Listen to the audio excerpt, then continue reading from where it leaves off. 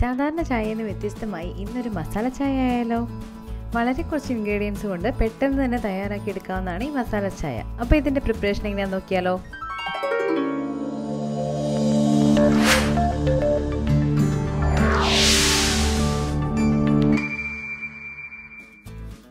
ആദ്യം നമുക്ക് ചായക്കുള്ള വെള്ളം ഒന്ന് തിളപ്പിക്കാം. 1.25 കപ്പ് വെള്ളമാണ് ഞാൻ എടുത്തിരിക്കുന്നത്. 2 ഗ്ലാസ് ചായയാണ് ഞാൻ ഇന്നിവിടെ തയ്യാറാക്കുന്നത്. വെള്ളം നന്നായി ഒന്ന് തിളച്ചതിന് ശേഷം നമുക്ക് ഇതിലേക്ക് വേണ്ട സ്പൈസസ് എല്ലാം ഒന്ന് ആഡ് ചെയ്ത് കൊടുക്കാം.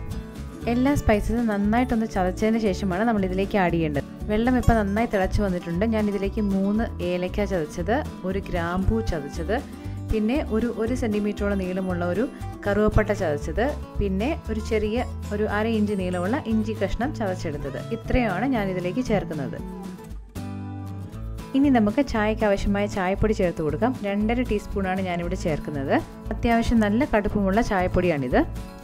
തേയില ചേർത്തതിന് ശേഷം ഇത് നന്നായിട്ടൊന്ന് 1 മിനിറ്റോളം നന്നായിട്ടൊന്ന് തിളച്ചോട്ടെ. കൂടെ നമുക്ക് 1 ടേബിൾ സ്പൂൺ പഞ്ചസാര കൂടി ചേർത്ത് കൊടുക്കാം. പഞ്ചസാരയുടെ അളവ് നമ്മുടെ മധുരത്തിനനുസരിച്ച് കൂട്ടുകയോ കുറയ്ക്കുകയോ ചെയ്യാവുന്നതാണ്.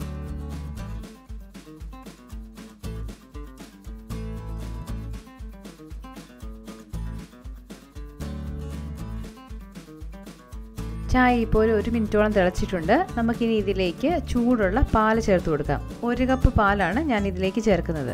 250 ml മെഷറിംഗ് കപ്പാണ് ഞാനിവിടെ യൂസ് ചെയ്തിരിക്കുന്നത്. പാല് ചേർത്തതിന് ശേഷം ഇതൊന്ന് തിളച്ച് വന്നോട്ടെ.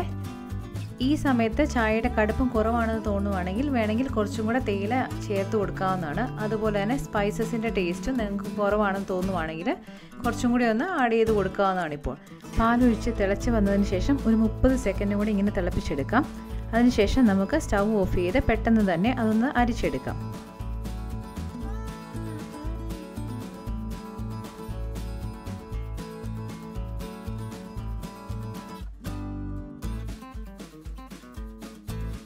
ഇനി ഈ ചായ നമുക്കൊരു 3-4 പ്രാവശ്യം ഒന്ന് അടിച്ചെടുക്കാം.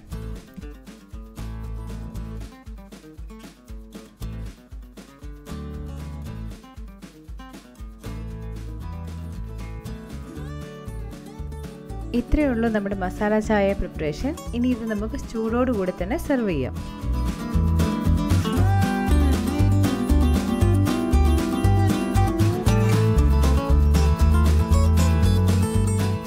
കൂടുതൽ കുക്കിംഗ് വീഡിയോകൾക്കായി ചാനൽ സബ്സ്ക്രൈബ് ചെയ്യാൻ മറക്കല്ലേ.